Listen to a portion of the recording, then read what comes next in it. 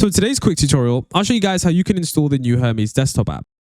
So one of the first things you need to do is, of course, go to the Hermes website and download whatever it is for your device. So for me, of course, it's going to be Windows. Then once you click download, you are going to see that this is basically going to install. Now, for the installation, you have to understand that it is going to take a little bit of time because it is essentially doing a complete install of the Hermes agent on your device. And that will essentially install absolutely everything you need. So I would just leave your computer for the next maybe 10 to 15 minutes. Some people are wondering, does this replace my current Hermes installation? What happens to the old one? Don't worry about that. Even if you install this and you've already got Hermes already installed, it will be fine on your system because it essentially just merges with whatever you already have installed. News Research have essentially ensured that this is going to be a smooth install. So now once that is installed, of course, you can boot up the News Research Hermes agent. And let's actually show you guys how you can get started because some people may be confused with how to actually get started with this AI agent. So now here you can see I've got this Hermes agent installed. And this is what I would like to say to you guys. When you start out, it is going to be pretty blank. So make sure you go up to the settings. And this is where you're going to want to make a bunch of changes. For example, if you already have your Hermes agent, don't forget to go to the gateway. And this is where you can basically connect this desktop shell to a remote Hermes backend using its session token. Now, and so of course, right here, all you would need to do is paste in your session token and of course your remote URL. And then you would be able to just click save and reconnect, or you'd be able to save it for the next restart. Now then go down to here. This is where you have your API keys. So if you want to test out different APIs and different API keys, this right here is where you're going to be able to set those API keys. There are a numerous amount of different API keys that you can set and use here. And this is going to essentially not only allow your agents, but allow you to run Hermes agent for a variety of different applications. Here you can see for the messaging applications, you've got Discord, you've got Google, all of these different things here. And so this is essentially the areas that you would need to set first. I know some people might actually download the desktop app and try and talk with a model. There is nothing connected to this just yet. So make sure that first you at least set some LLM providers. I've actually set my DeepSeek one here so that when you actually come into the model, you can actually talk to the model straight away. Now, of course, one of the things you need to set is the model. So this is, if you're using this and you're just using one of the standard API keys provided, this is where you can, select the model that you're currently using. Of course, you can see I've got DeepSeek, V4 Pro. And of course, you can see as well here, it gives you the option to have a bunch of different other models. So it's got vision, web extract, compression, all of these things right here. I've just set this to the main model. Of course, like I said, you can change this with the drop down selector here. Before the drop down selector right here, you need to make sure that you actually do have those API keys set, or of course, you're logged in with your other session token. Now, of course, your appearance, this is fairly simple. Of course, you can change it to dark mode, cyberpunk. It's pretty up to you how you want to use this. Most people will opt for that dark mode.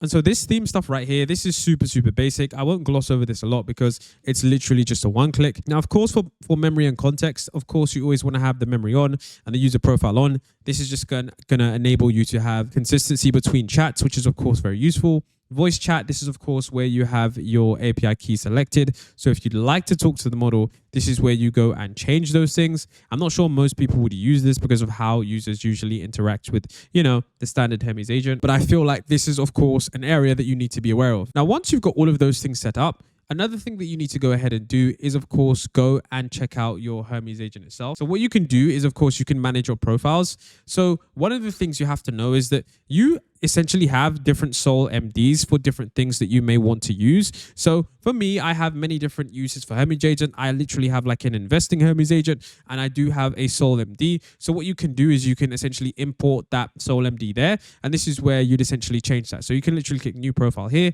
and then I can put my investing agent here. And then of course I can click create profile, and this is just going to create cleanly.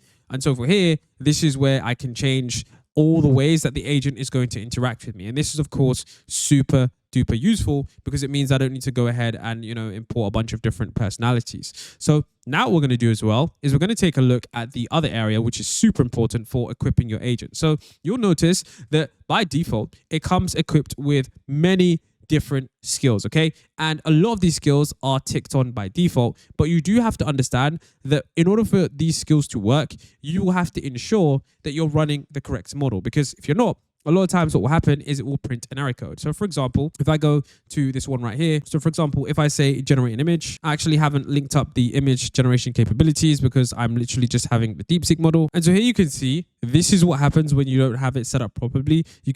And so this is what happens when you don't have your API key set up properly. It's going to tell you that it isn't able to do that because it's going to go through the skills and then it's going to say, look, we haven't done that. But the good thing about this is that it will tell you exactly what you need when you're trying to generate it in that way, which is, of course, really, really useful. So like I said, the skills area is, of course, basically the area that I think most people should focus on, because this is going to be where you need to look at what your agent currently has. And of course, the different, skills that you can essentially equip your agent with. And sometimes, of course, your agent is going to be able to gain skills based on the self-evolving nature of the Hermes agent. Now, another thing that I do want to show you is, of course, the cron jobs. If you are running Hermes agent, traditionally, you would just ask it to do a cron. And then, of course, you can ask it to not visualize, but, bring up the list of crons. If you click the bottom left right here, you can see that if you just click cron, you can create different cron jobs. So, of course, right here, we can create our morning briefing. So this is super useful, summarize my emails, in the morning, whatever. But of course, deliver this at 9 a.m. or whatever time that you do want it to be. And this is just essentially a nice GUI over what the traditional Hermes agent does. So I can go ahead and create that cron now, and that is going to be there, which is useful for us. So for managing your crons, if you're wondering for your automations or your routines, this is just where that is right there, which is super useful.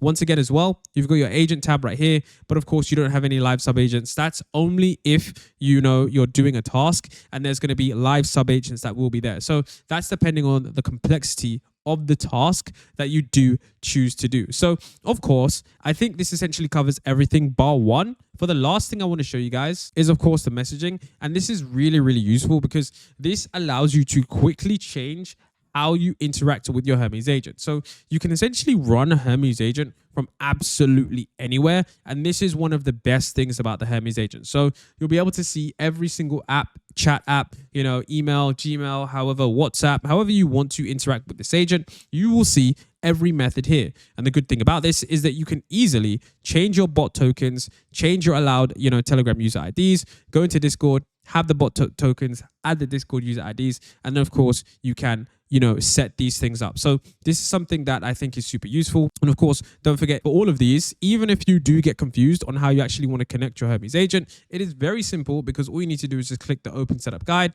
You can see right here, Slack, it has all of these open setup guides. So you are very unlikely to be confused. The last thing I will show you guys, which is a little bit hidden, but it's pretty useful for those of you that are going to be running some heavy agentic workflows, is if you hit search and then you look at the usage down here, you're going to be able to see the amount of API calls you've done, your estimated API cost, and of course your daily tokens and the different skills that you have used. So with that being said, you can see here how much certain agents are going to call you, which I think of course is super useful for those of you that want to manage your token usage, considering most of us are going to be running Claude and that agent simply runs on too much tokens. So I think this goes to show that when you have a nice GUI over the Hermes agent, this is going to be something that can really, really enhance the ability for new users to use the platform. I think this is super useful. So if you guys enjoyed the video, I'll see you in the next.